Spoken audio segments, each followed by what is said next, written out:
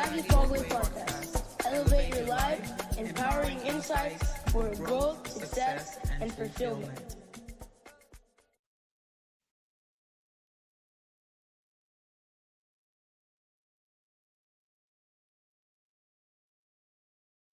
I am for every episode, but this one is super special. The reason is because we're in a series of woman empowerment. We're trying to make sure that the woman's not left behind.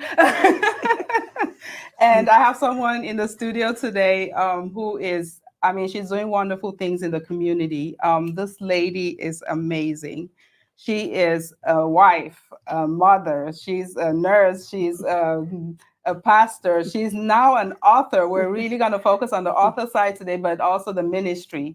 But I want you to help me welcome into the studio Pastor Mrs. Crystabelle Ferim. Welcome, sis. Thank you so much, sis. It's an honor to be here. I've watched setting of your shows, and I watched the one my husband was on, Yeah. and I thought, I don't have time. I never knew I was going to be here like soon. So it's a joy, it's an honor. Divine stuff. Yes, this is divine. Because the way it happened was, We just sat together. We sat together at a table, and I had seen the preview about her book, and it just happened. I mean, God does things for a reason, because why were we sitting on the same table? Yeah. And why did I have the book you had with the me? book with you, and I, immediately I connected. I started reading it. But before we go into all that, we're jumping the gun here, right? Yes. Let the audience know who you are. Okay. Tell us who Crystabelle is. Let's relate to this person, this author. Where did she come from?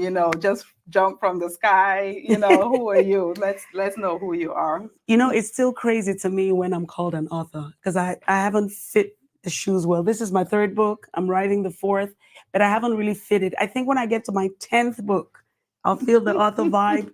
But Crystabelle is your sister, your community friend, married to Dr. Richard Ferim. This is our 20th year. Wow, yes, congratulations. 20, thank you. You're a year behind us. Oh, yeah, this is 21. Amazing. Yep, with 3 children. We live here in Arlington. Been here for 19 years. I'm just I'm fun. I think I'm fun. If you're around me, you laugh a lot. But I'm also serious about the things I do, right? She can crack the whip. I know that. Yes. So there's a balance of things with me. But I know a lot of people grew up in beautiful Boya in Cameroon, went to quite a lot of schools that people also know, GSS Bukwango, Seka, UB, and then ended up here. Also gone to school a lot around here. But I'm really your friend and your sister.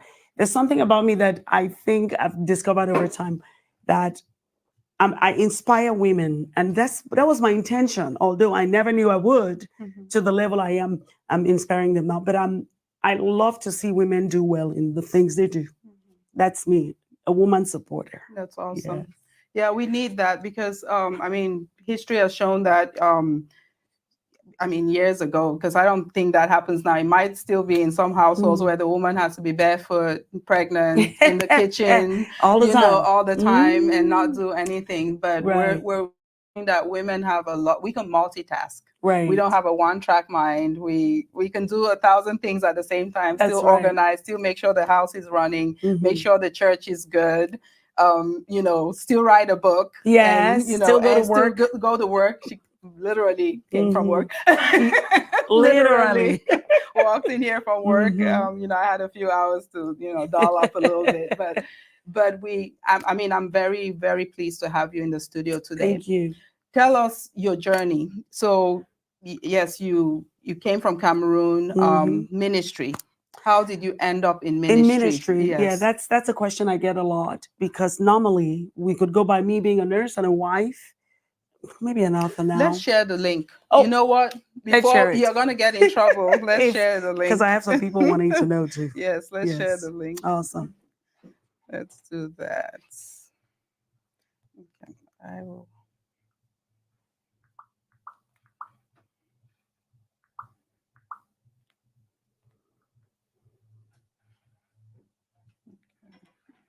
Give me a second. YouTube is acting up. Oh.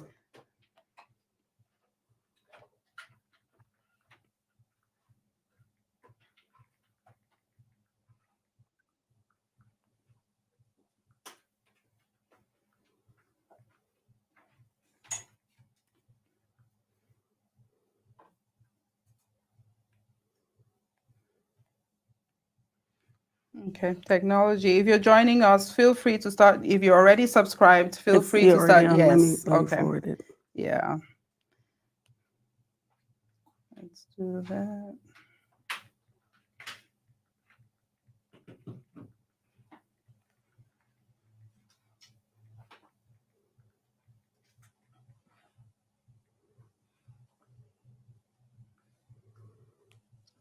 It's a little slow here. Mm-hmm. Yeah, it's slow. Yes, mine is reposting, hopefully.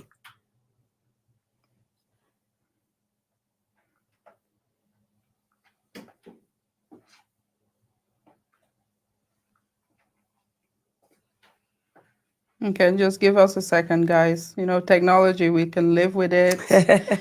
And sometimes we can't. Yeah. Okay, let's. All right.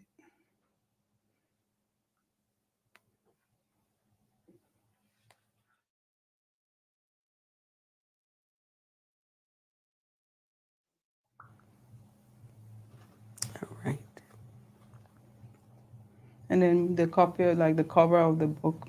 Mhm. Okay, guys, just give us a second. Keep sharing, keep sharing. Let's get as many people on here. We need women empowered. So,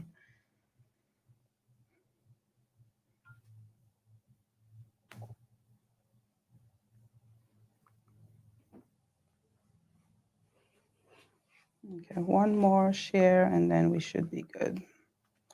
All right. Okay, so we had to share up front because, we've had warnings about going too deep into the show and then people miss the intro.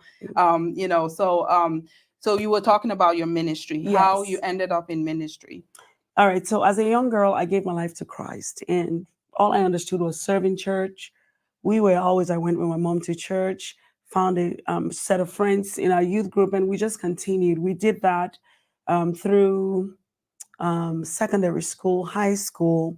And then I remember when I went to the university, I started having this tugging in my heart, if I should say, in my spirit, that I needed to do more for God.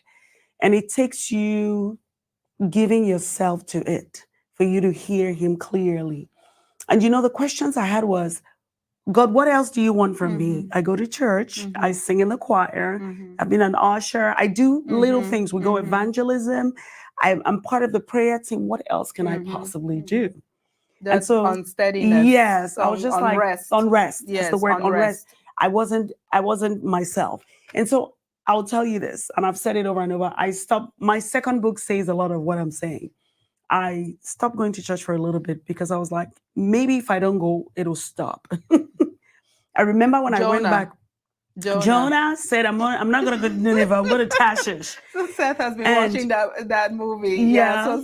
Jonah. Yes. And I was serving God, I was praying at home. I just thought if I don't go to church, then the tugging would stop because every message that was preached to me. Yeah. That's how I felt. But I remember I couldn't stay away from fellowship long, a few weeks, and I went back. Oh, I remember the first day I went back to church. The message was on the will of God. Oh, wow. I knew I couldn't run anymore. I remember crying a lot. I remember saying, God, whatever you need to do, whatever extra there is. And so I gave into it. And I didn't hear like a clear, you're going to be this. But I had more of an ease in my spirit to whatever direction he wanted me to follow. And there was I don't think they hold it anymore, a church growth conference in Cameroon in Limbe. They used to hold it every year in March. I used to sing as part of the conference band. But I just remember one of the times I went, there was an altar call that was made. And the altar call said, anybody who felt like they had a deeper calling, something they had to do more, needed to step out. Now, I'll tell you, I did this in a culture and a custom where women are not known to be forefront for stuff like Yes. that. Mhm. You'll You're in be the married. background. Yes. Mhm. Your dad is a pastor. Mhm. Your mom would be mama pastor. Yes, And supportive. You're the supportive role. yes, and I wasn't Mhm. even married, you know. I Yeah. was just whatever. Mhm. So I was just thinking, you know, I feel this tugging. I need to push. Whatever it is, I'll push. Whatever I become, if I become a taboo to my people, I'll push. I was part of a congregation also that had women who were like, deaconesses, Mhm. you know, maybe leaders, Yeah. women's leader, prayer leader, Mhm. but not a fivefold minister. Yes. So I was going into all this not knowing what this was going to become. And I went out. I was the one and the only person out there. The guy who was preaching came down, prayed for me, gave me some words, told me a few things. And then people started coming, you know. I remember my friend saying to me, you are tough. You actually went. I said, I've been in a place where I need to Yeah. do this. Mhm.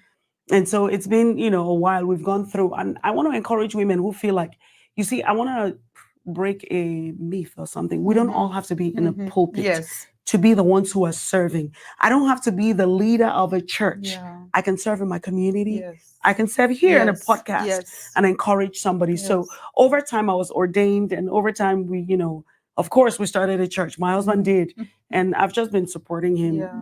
through that. Yeah. Mhm. Wow. Yeah, I Mhm. mean, I've known you with the music, you know, on the Yes. music side. I know that, Yes. you know, you minister a lot through music. Mhm. The question I have with ministry, Mhm. how have you been able to, and I know we'll get to the book to talk Mhm. about Flawed, Mhm. but how have you been able to avoid distraction? Mhm. Because there's distraction, there's noise, Mhm. there's peer Mhm. pressure. And I started flipping through the pages I haven't read, and I saw there's a topic on peer pressure Yes. that affects even adults. Yes. Not just peer pressure is not just Not for just for youths, kids. Mhm. it's not just for little ones. Mhm. Even for us, we have Yes. peer pressure where your Yes. friends are like, let's go here, let's do this. Why are you focused on prayer? Why are you focused on the pulpit? How have you avoided that? One of the things I would say is where God meets you is important, the time at which He meets you. God met me when I was younger. So most of my journey, I've known Him. That's what I've known. Now, I didn't live in a bubble. I lived with friends. I went to school with people who were crazy, who were doing the worst. Yes. But then I think God helped me because of one thing. Also, my upbringing was a big deal because my mom was very strict about things. But the way I encountered God, I have dreams I've had and things. But one of the central points I'm going to make is that God would show me that everything else was done. He was what I needed. And at a younger age, I believed that. And I held on to it. I'll tell you today, I'm glad I held on. Because there were many areas in which I should have, slipped off. There's a scripture that says, my foot would have slipped, except I'd believed to see the goodness of the Lord in the land of the living. I should have slipped. When I speak to others about God, I always tell them, we don't come here speaking to you because we're perfect. Yes. No. We may have followed a path, but all of that was by grace. The grace of God has been, my mom was a single mom. So imagine that too. Let's put that in the whole, in the mix. She was a single mom, had to work. And so there was opportunity to be crazy and all to of do that. Whatever. The grace of God worked for us. It worked for me so much. I had friends who suggested things to me. And there were times when it was not a suggestion, it's what I saw. Oh my God, look at my sister. Yes. So well dressed, so happy. Things are working for you. I had to come to a point where I was contented. If any of my people in our little team is watching today, they'll know that I like the scripture. I like many scriptures, but this one that says godliness with contentment is great gain is a scripture that comes to my heart, that holds onto my heart, it's so dear to me because I don't care if it's at work, if it's within your own family, within our marriages, parenting, in the community and all the things happen around us. If you're not contented, you'll slip. Yeah. Oh, there's so much that's presented by other women, how they'll flaunt their this and that. Yeah. Other marriages, they'll flaunt their this and that. You have to be true to yourself. Yeah. So I believe one of the things that kept me is being true to myself, of course, because I knew where I was going and what He had told me, but also the grace of God. Yes. Oh, in America, the grace has been here. Yeah. There are things I desire until today I haven't gotten. Things that other people have easily gotten. Yeah. I'm trusting God. It's hard. Yeah. But I have to trust Him. Oh, she's preaching to me. Yes. No, we have to. If Yes. I was here for you, Yes. let it be. We have to trust. Yes. You know, I can go to nitty gritties, Yes. but let's. Yes. I don't know what else No. you're gonna ask me. No, Whoa. we're being raw today. Yes, we have to. This is coming from the heart. Yes. Today, because this was not prepared. This was me sitting on the same table with you. Was not designed. No, I was sitting with Pastor Richard. I didn't then even you know came- yet. yes, We came late. You to came the, late, yes, and we, you know, we just started talking, and it just got and on you my asked me, heart. what I was about like, the book? And because I was like, it's because I here had planned to be at this at the and then book signing. a lot has happened. Like a lot. I mean, the fire, all those All things have that. happened, and I wasn't able to make it there. But you know, you sat on that table for a reason. You know, and you've kind of been in there. You know, we don't talk every day. No. I'm not a close We're friend. not hanging out. But yes, you've ministered in some ways. Amen. You've ministered to me That's in some ways. amazing. You were the one who preached at my father-in-law's wake. Yes. For a reason. My husband actually, it could have been Pastor Richard. He said no. He wanted you to preach that night. Amazing. See, it's only today you're telling me this. You didn't know that he actually wanted you to preach that night. That's amazing. Yes, that's amazing. He wanted you to preach. So you've been there in ways that you don't know, but there will be a testimony that will Amen. come I out believe of it. Yes, there will I be a believe it. testimony. Yes. But let's get into Flawed. So this book, I picked it up. I started reading. I have not put it down yet. Only because of work and other things that I've had to put it down. But you started the story about, I'm just going to go into some of the stuff in the book because I'm too excited. So the story about the woman in the Bible, the woman who, you know, the Pharisees were trying to stone. How many in our community want to be stoned for something they've done or something, you know, and I'm guilty of it too. I'm not sitting here talking about, I'm guilty of it, of trying to stone people. But how many people in our community have tried to be stoned down for their flaws? Let's talk about that. Let's talk about freeing people from these flaws, because that was a topic today, freedom from being flawed. Yes. You know, I want to make a categorical statement before we go far into this book. We're all flawed. I can say that 10 times. We're all flawed. Your flaw may be that all you do is pink lipstick. And mine may be red. Mine may be green. And I can't just look at you and say, you and your pink lipstick, without thinking about the fact that I also wear the green and the blue and the red. And so we are all flawed. So if we go back to the story of the woman caught in adultery, it's crazy because that was years and years ago, but it's like our society today. It's relevant. Somebody was trying to hold on to a law that was placed.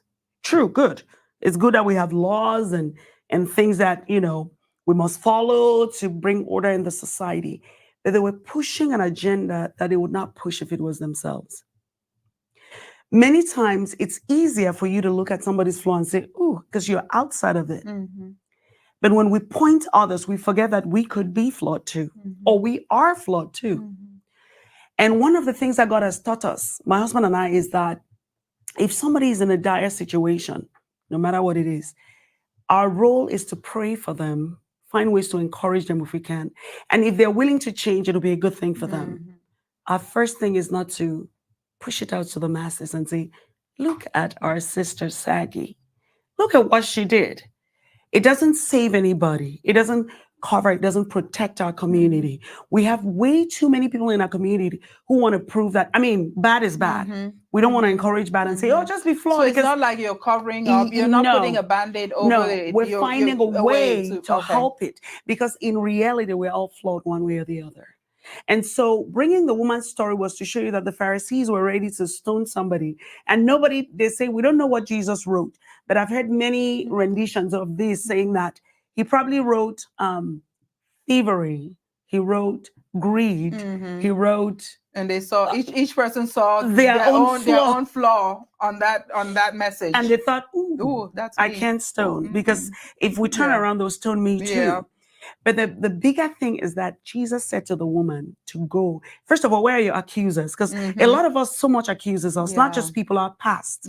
Some things we did in the past stand up to accuse us today. Jesus said to him, where are your accusers? And she was like, they're gone. And then, good. He said, I'm not going to be an accuser for you two, but go and sin no more. Mm-hmm. You can't leave here and go catch another person's husband again. After you've done all that. Yes, you're flawed, Yeah. but I'm freeing you so you will not be flawed. There are ways out of our flaws. The first step is to say, yes, I have a flaw. It's here in the book in every way. Yeah. If you don't accept the fact that you have a flaw, you can't change from it. Mm-hmm. That's the first step. I have issues. I have a problem. This Bible verse says, I can't look at you and say, man, there's a mote in your eye when there's a big log in your eye. Yeah, there's no way. I can't. How do I see past the log? Yes. So somebody shared a little like a caricature to me the other day, and it took me a minute to. All it said is, "This is so deep," and I'm thinking, "What's deep here? How do I catch what they're saying?" So I looked in a while. I noticed that the I hope you catch it before I even tell you the answer. There's a little painter. The painter is a rhino. Mm-hmm. And all of his pictures, he paints a man, a lion, some flowers, a landscape. But all of the pictures have something that looks like a triangle in the middle. A streak that covers it. Yes. And I looked at it for a while. I'm thinking, then he's actually, maybe you've seen this before. He's actually drawing the picture he's painting, has it too. He's not looking at the picture. He's looking at the person he's drawing. It's a cat or a bear or something. Mm-hmm. And I'm thinking, so he doesn't picture what he's, No, he's, every single picture has the person. He's drawing you, but all of them have the streak in the same spot of the picture in the middle. A streak that's like a triangle. So his eye has... No. It's his little horn. Oh, so that's what, okay. We can't see past what's in front of us. Because he's right the there. only way the rhino would do a good picture is if that's taken. Otherwise, for the longest time, that's what there'll be in. That's his signature tune, right? And the only reason it's his signature is because he's flawed. He doesn't see clearly. And so when we don't realize we're flawed, there's no way. If I tell that rhino, your pictures are wrong, there'll be a problem here now because he doesn't realize he has a beam in his eye. And he sees, every time he looks, he sees that in the middle of his nose. And he thinks everybody has that space. And so he draws it like that.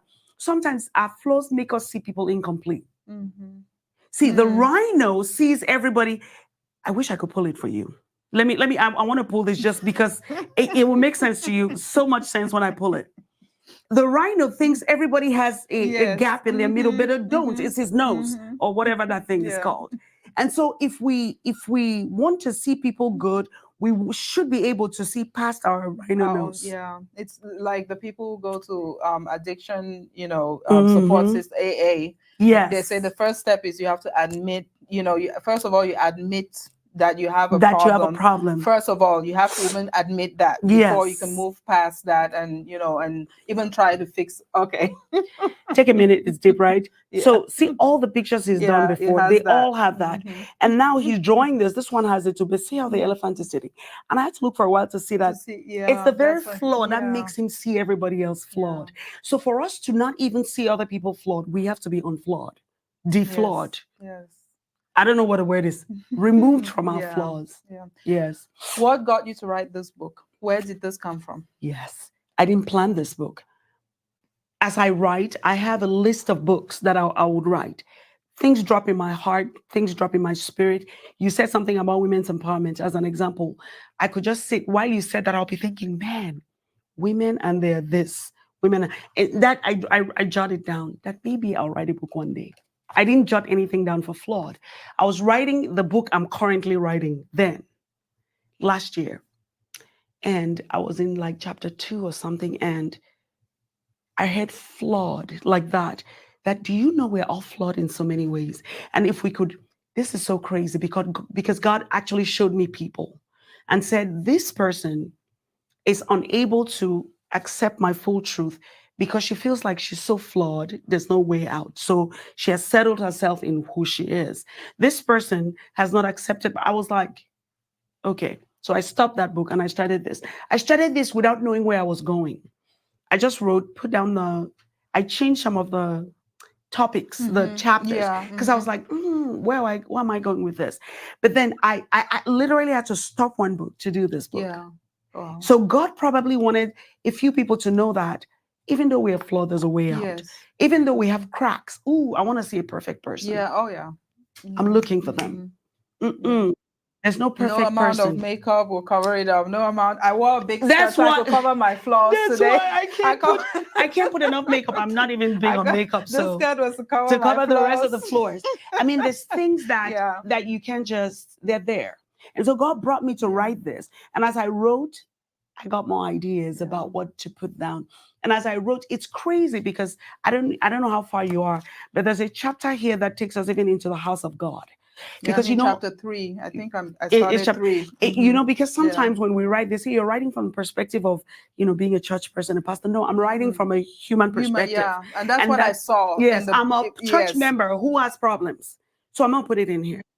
Yes, I could be going and I could be speaking in tongues. I could be encouraging people, but there's something about me that needs to go. Yeah. And so that's all of that is addressed here. And my intention is not to laugh at people who know God. My intention is not to ridicule everybody as a Messiah coming to save everybody. My intention is for you to see that as we're walking this journey, we don't want to preach to others and be cast away. That we actually have to fix some things. That Judas worked with Jesus and then he was a bad man. And that he was in the destiny. That's something that while I was preparing for the podcast today, I was listening to other podcasts, and Joel Osteen, I was listening to him in an interview, and he mentioned that. He said because even in the adversities, we still have to see the good. And even though Judas was a bad person, he was in the destiny. He was part of the plan to get make to where Jesus had to get to. Otherwise, the whole story would have changed. So we have to, with those flaws, we still have to see what our purpose is. We still have to get to fulfillment. That's right. That's right. Yes, we have to get to fulfillment. But if we stay on the ground and say, I'm flawed, like you said, the people who are not willing to accept anything, who are not opening up themselves for Christ, because you think I'm already flawed, I'm damaged goods, I can't be saved, and stay down there, then you're not going to reach that fulfillment. So, and then the fact that you talked about your personal, talking about your background, like you growing up, about your body image. Talk about that to the young girls and even us. Seasoned girls. Talk to us about that, because we struggle with body image. Yes, we and do. It sent people to substance abuse, to so many different death. Because we're trying. Talk to us about that. Once in a while I would be doing my little YouTube things, and then don't judge me. I'll be looking at people popping, they're judging me over here, y'all. She's being judged. They're judging me over. I don't want to be judged. So I'll be watching, and then I end up with botched surgeries. If you haven't watched it, maybe you should. And the botched surgeries show you plastic surgeries that didn't work, BBLs that didn't work, tummy tucks that didn't work. I usually just go, I probably need a tummy tuck. No, I don't. I need a boob job. No, I don't. I need a BBL. Oh, no, I don't. Because a lot of people, and it's crazy because you see their stories. A young girl who was growing up looking really pretty, and I love they put before and after pictures. Pretty girl, soft face, innocent. Next thing, they look plastic, like a cup. Because the first nose job did not do the job. So they go for the second nose job. That didn't do the job, and they go to the third nose job. Body shaming, I've heard this word in America so much that, you may not think you're shaming people, but if I looked at her and say, this is your neck even. You took after your mom. Look at your mom's neck. Your mom with that long neck. I'm not helping her. She'll be conscious about her neck. Start wearing turtlenecks. Like what's up with my neck? So what I share in the book is about my grandmother of blessed memory. I knew she meant no evil. We were all growing up, and they tell you how you are, straightforward. If you want to know the truth, ask an African to tell you. They'll put salt and pepper in it. So she used to look at me and my little curvy self and say, this is your buttocks, this is your butt. You can't fit dresses. It was like it got to me, but we grew up, you can't answer back. You can't say, Grandma, don't say this anymore. Before you receive the five fingers. And she said it a lot. And it was true, because they used to make clothes for me according to the other parts of my body, but not the curvy part that was 2 times bigger than every other part of my body. And so every time she had to adjust my clothes, she would make it bigger. And then I suffered with this whole, when I want to sit, I'll have to sit like this while I pop the dress, because it used to be really tight. And so that affected even how I walked. because I knew that it was a part of my body that was extra. So I thought I need to walk a certain way to push it in so it won't be so. How God made me is how God made me. But I didn't know then. Listen, God made some of us so curvy, but some of you also flat. It doesn't matter. We don't need to add anything. We don't need to subtract anything. If it's so bad and you need to, like me, we can go to the gym. You can do some push-ups, some pull-ups, some planks, whatever, if you have time. If you don't have time, eat less. Do something, drink water. But anything that you're doing as an additive always has a side effect. I want to say to young ladies, there's some celebrity somewhere that looks the same way that you want to look like. Why? Why don't you want to be unique? Your own self. See, I want to pass and they say that's that Pastor Richard's wife with the curvy. That's me. That's unique of me. Nothing different. Not my pot belly. And tomorrow you're like, Pastor Richard's wife with the flat belly. No, I'm not the flat belly one. I'm the pot belly one because that's me. That's after 3 kids. I'm pot bellied now. We need to be contented, like I said when we started, in who we are. You can do things to fix yourself to look a certain way, but don't do the extreme things. Don't shame people about how they look. Encourage them. Husbands, if your wives have gained weight after kids, go with them to the gym. Just do something. Wives, if your husbands have pot bellies now, quit giving them fufu. Just let them exercise a little bit. But we need to be conscious of the fact that how we are is beautiful. It's really, really beautiful. All those additives are not necessary. Some people think that if their head didn't touch the back of their legs, I learned something. It's crazy that men actually want natural. A man would go for all flashy stuff, but wants a natural woman to be his wife because they don't like all the additives. Yeah. They may lie to you when they meet you somewhere in the pub. I don't know. They don't want all that. They want somebody who can be down to and take care of their children and not bring foreign things into their houses. So I want to encourage you to look at yourself and appreciate what you have. You are not going to be me, and I'm not going to be you. You see how we're here? We have different complexions, different skin tone, different heights, but we're beautiful both in our rights. We keep it that way. Unique. Yes, so unique. Talk to our community. How can we get out of the negativity? How can we get out of, because our community has gotten so toxic to the point where when you have a flaw, you don't want to share it with your sister. You don't want to share it with your brother because the next minute everybody knows about it. Everybody is going to talk about it. It's going to be, and he has Flawed on the screen. So if you're watching that's what the book looks like, and we'll share contact here. But everybody, everybody will have something to say about it and shame you, like you said. How can the community heal from that? A community that would grow is a community that's supportive. I'm going to say something that will probably get me in trouble. But you remember years ago how Arlington community was? It was a smaller community. Everybody knew everybody. Yep. In fact, the older men, most of them are dead now, but they would see your kids and remember and say, hey, you're grown. And today I go to Fiesta. I hear the language. I know they're Cameroonians, but I've never seen that face. We have become so diverse and so apart that we don't care anymore about each other. It used to be if anything happens, we run. I'm saying we, you see, I'm not saying you. I'm saying all of us. Yeah. We don't run to go, support. Now it's if I know you, then I come. If we're friends, if we have a long history. But a community can grow like that. And I know we have all become of age and we all are you're doing your podcast. I'm doing my prophetic worship. He's doing Toride, everybody. We can still do all that uniquely and still be together. I think one of the things that has robbed us is that everybody wants to beat the other person. Yeah. Competition. I hear all this. Yeah. Oh, now I have 1,000 views. Oh, I didn't know what views were until lately.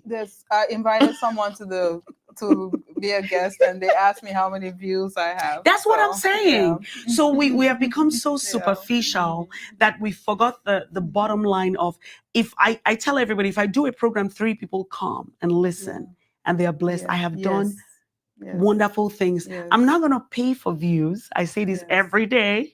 I don't care if I get in trouble. There are people who spend money for dummy views. Why? Yeah. What is that? So what is your motivation? What's the essence of your program? The eye. Yes, What because the eye can see. I come in there and there's 527 people watching. There's 5 comments. In reality, there's just 3 people watching. Mm-hmm. Why do we do these things? So when our community becomes so robotic, then we forget each other. When you shame your community, it doesn't grow. Listen, other communities are listening to us as we damn our own community. Yeah. So when you get up and say, Saaghe Fogwe show, I can't even go to that show. How many people even watch her? You're telling everybody, my community is messed up. We don't like each other. We downplay other people. I've seen communities, and I don't want to name communities, but from different nations in Africa who are so together, whether they know the person or not. If a show is, they just tell everybody, oh yeah, let's go, let's watch this thing. It may not concern them, but they want to push it up. It's like, it's my country. If we all push it that way. Now I understand, because somebody will sit and watch this and say, but we're busy. I understand. Yeah.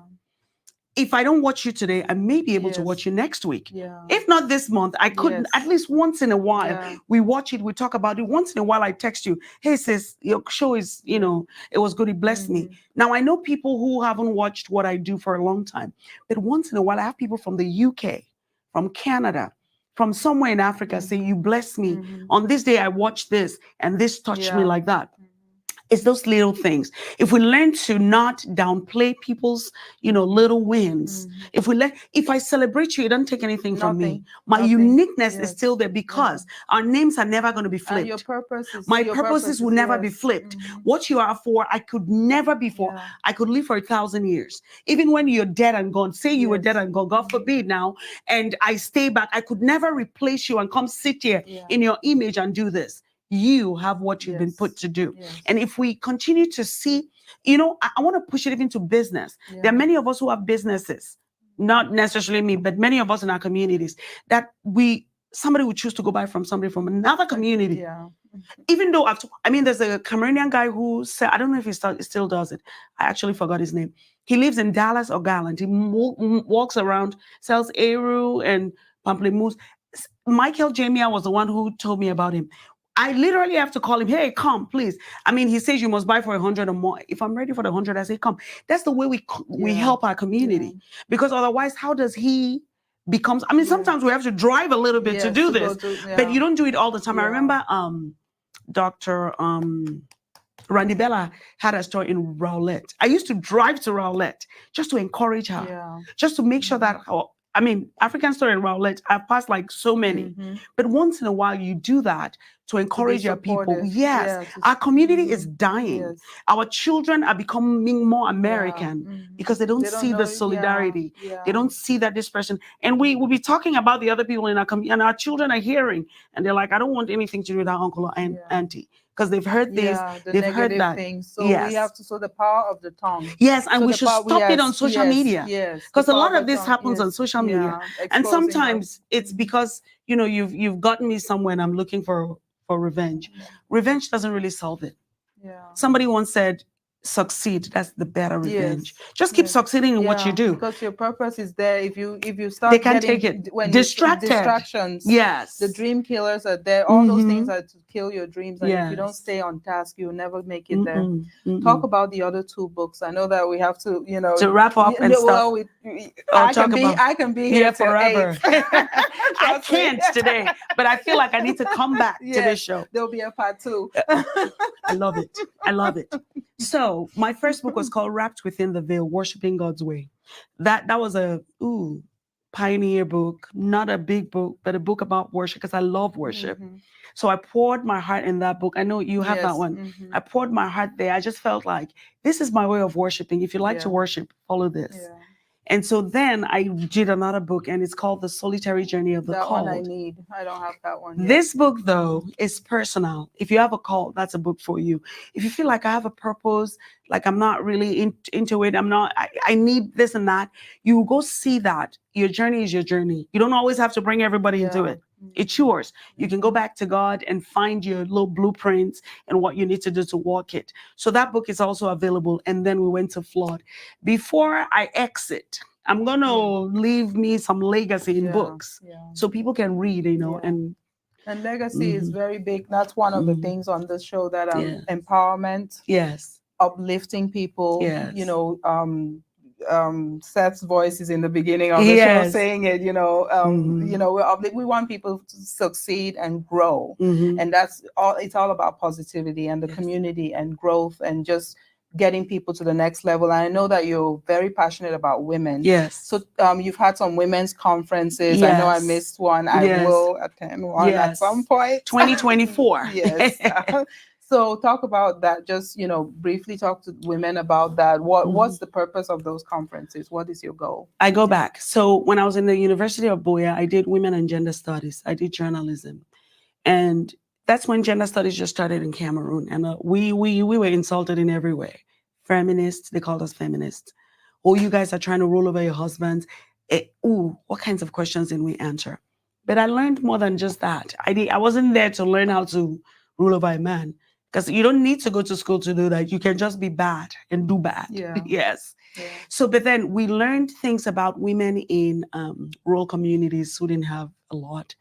We learned how to empower women, give them a voice.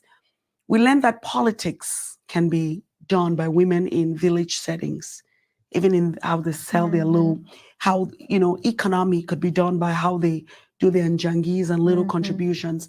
We learned a lot of those things. And as part of our process for our degree, we had to go into like the hinterlands. I went to villages that I would never know in the center area of Cameroon, center region, south region, Guantet, Lord, it's a village that has like 3 houses. Wow. And there's this old man who stays there. So I was working with Plan International and we went into these places and I saw how we stay in the more, developed area in the cities and the towns, and we worry about your skirt was long or who do you think you are? You bought a skirt up. And there's a woman in the village who still uses a lantern and doesn't have clean water to drink. How do I help her?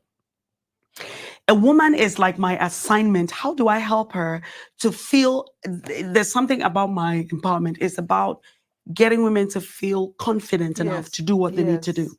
Not afraid of anybody. Because you would be shocked that we feel like women don't do what they do because more about men. No, it's because of other women. Because other women shame them and other women make them feel like you could not be up to me. I want everybody to come and let me show them how we're doing this. Let's all walk down that aisle and say, look at us. This is me. This is the Saaghe Fogwe Podcast. This is all the women. Let's come and say we're doing this. Wherein if I'm gonna trip, I know your hand is there to pick me up. Pick me up, not push you down. Yes, not tell me finally or put my foot block out so me. So you can fall. That we complement ourselves and not compete with each other.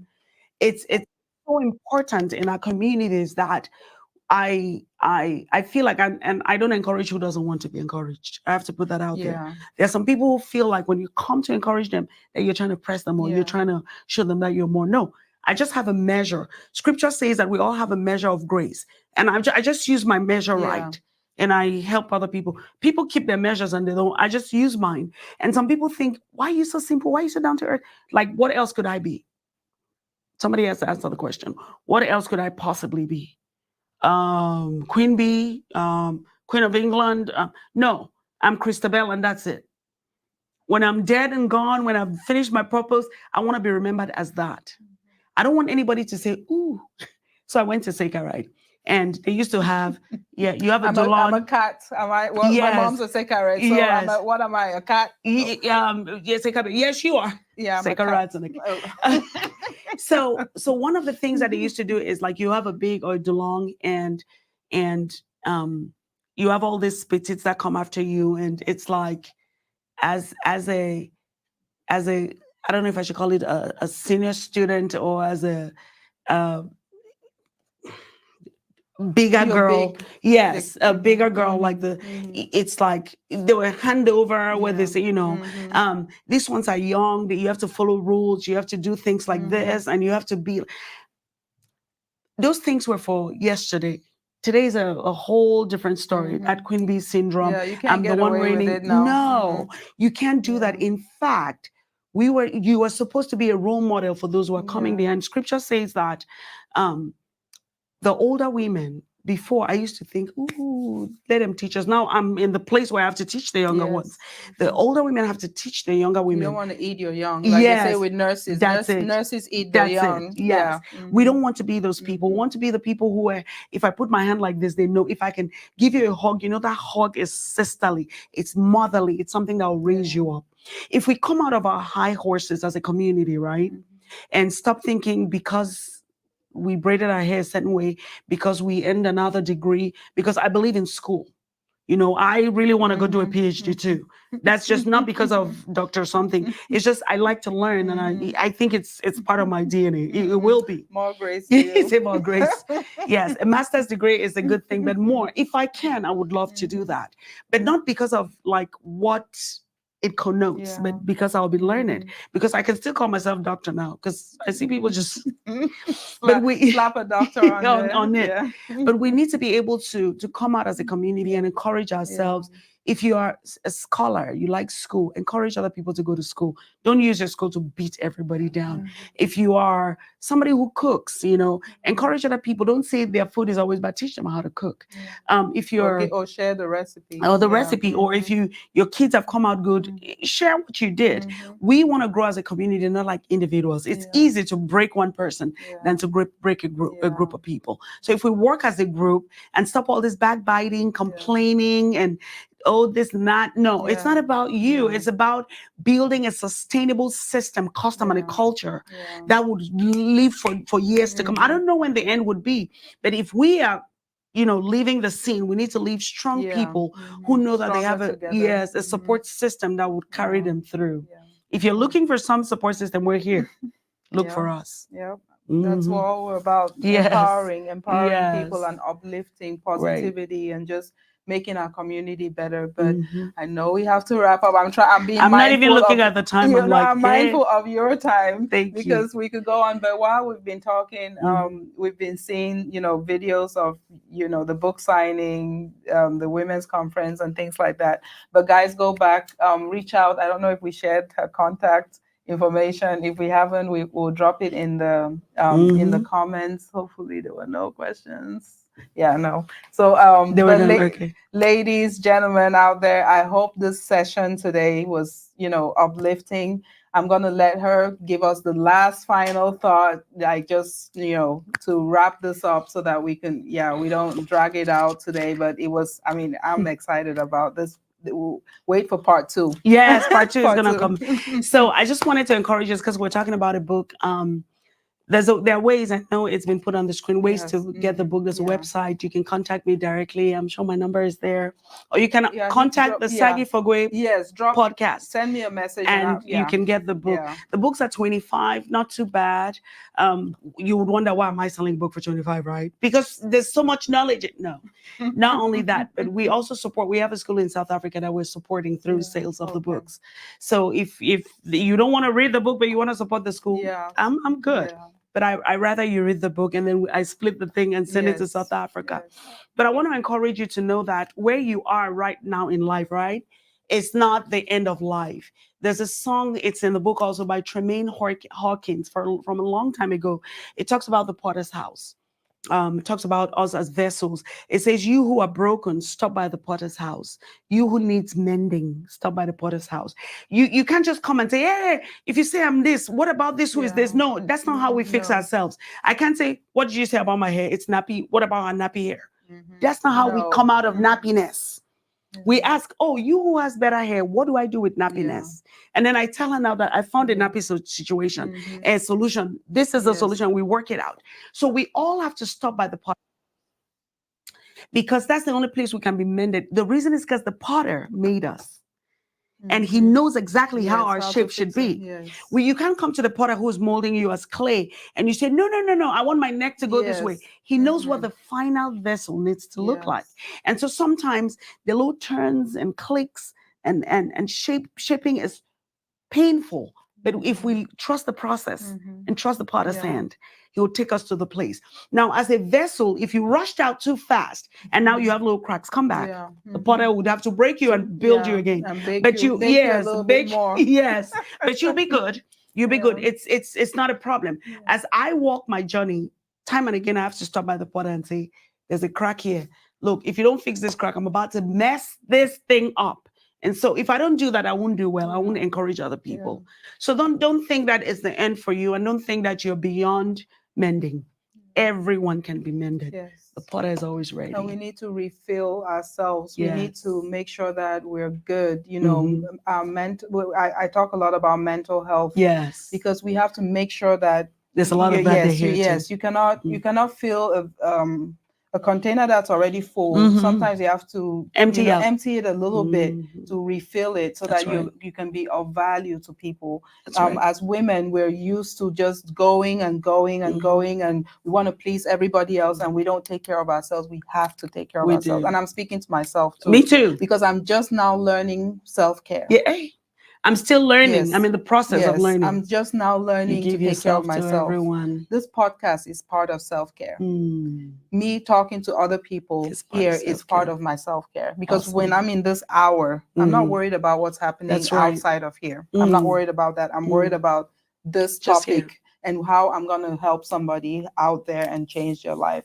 So I want to encourage everybody, just take care of yourselves, empower somebody, uplift somebody, hold somebody's hand, and not push them down or put your leg out so they can trip and laugh.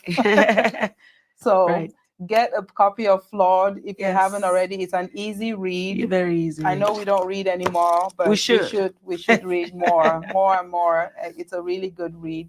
Flawed is a good one. It speaks to every single body out there. Nobody can say they're not flawed. So just go ahead and get a copy. But until next time, I'll see you guys on the Saaghe Fogwe Podcast. It was amazing today. Thank you. Thank you, sis. Thank you so much, sis.